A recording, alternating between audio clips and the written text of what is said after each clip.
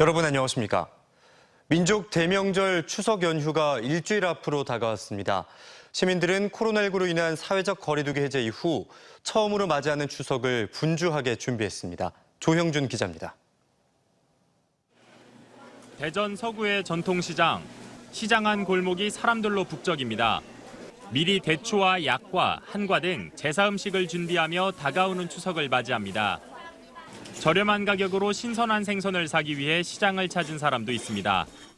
추석 맞이에 가격 싸고 인심 풍족하고 그런 맛에 시장에 온 거예요. 국내산 수산물을 파는 가게 안은 사람이 끊이지 않습니다. 오는 8일까지 중리시장과 태평시장 등 4개 전통시장에서 국내산 수산물을 사면 최대 2만 원까지 환급받을 수 있기 때문입니다.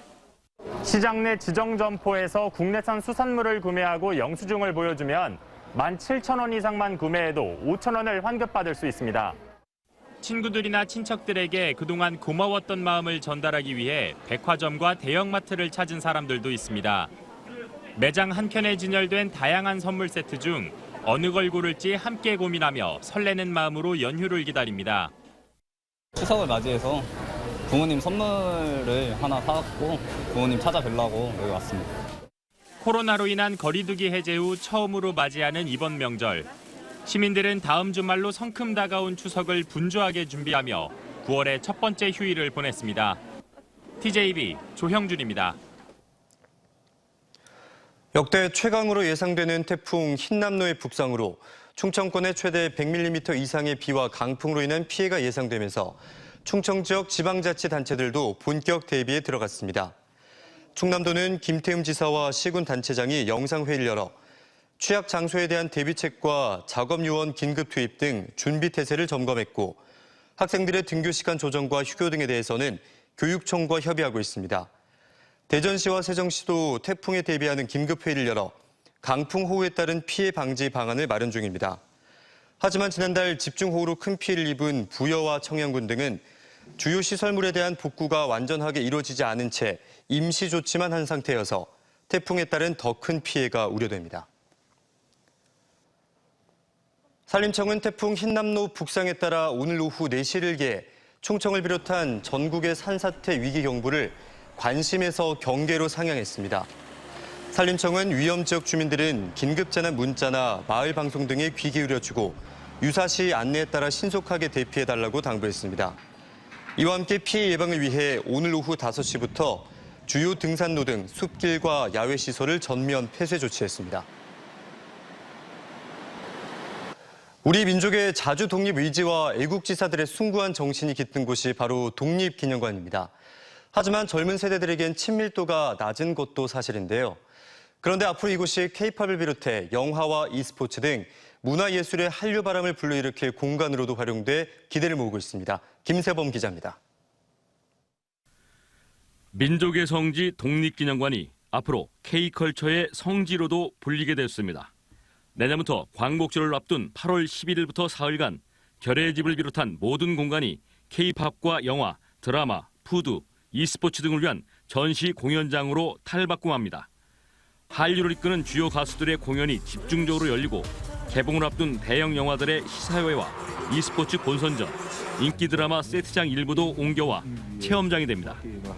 이처럼 한국 대중문화의 모든 분야를 망라한 큰 잔치를 벌여 젊은 층과 해외 팬덤도 불러 모을 생각입니다. 한국 문화와 예술의 모든 장르를 원칙적으로 전부 다 포괄해서 120만 평 독립기념관 부지 위에서 이 사업을 추진하는 것입니다.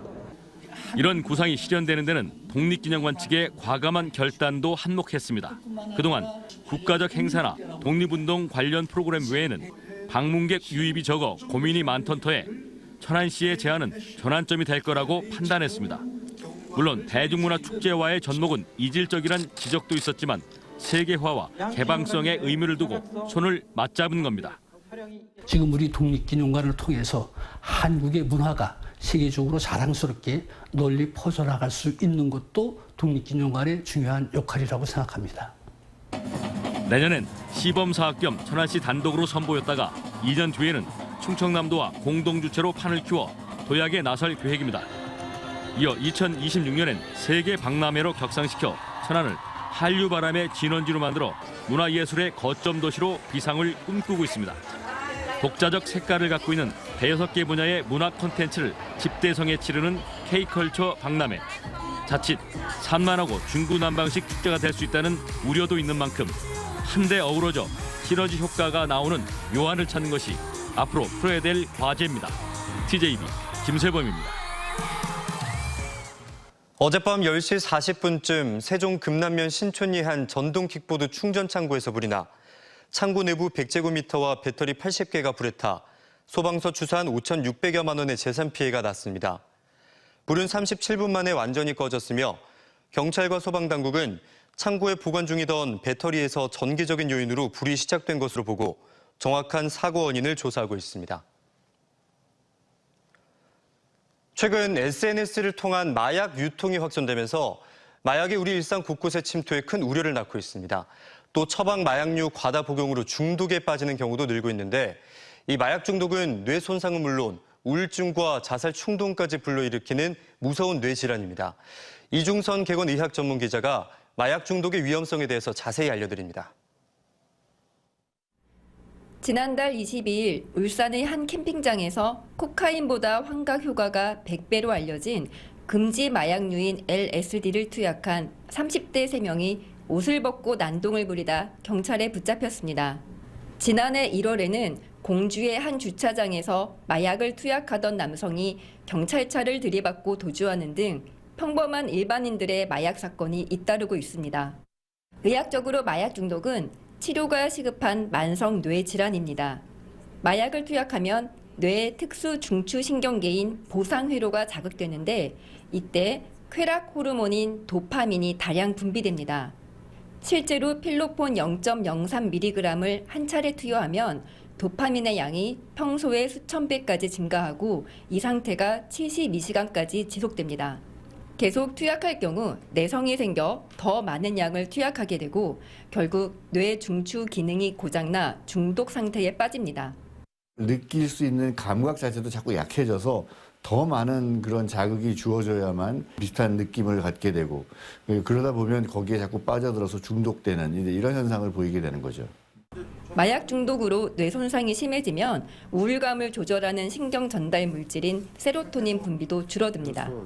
때문에 성격이 날카로워지고 불안과 우울감에 시달리는 것은 물론 자살 충동까지 느끼게 됩니다. 특히 최근에는 필로폰 등 금지 마약류뿐만 아니라 식욕 억제제인 디에타민이나 프로포폴, 펜타닐 등의 처방 마약류를 과다 복용해 중독에 빠지는 경우도 늘어 각별한 주의가 필요합니다. 원래 의학적인 효과가 아닌 본인이 기대하는 효과를 점점 갈구하고 이제 거기에 탐닉을 하다 보니까 점점 더 심각한 상태에 빠지게 돼서 마약 중독은 신분이 노출될까 두려워 치료를 피하는 경우가 적지 않습니다. 하지만 2000년부터는 중독자가 스스로 병원을 찾을 경우 의사가 이를 신고할 의무 조항이 없어져 어느 병원에서든 비밀 보장하에 치료를 받을 수 있습니다. 마약 중독은 자신의 의지만으로는 끊기 어렵습니다.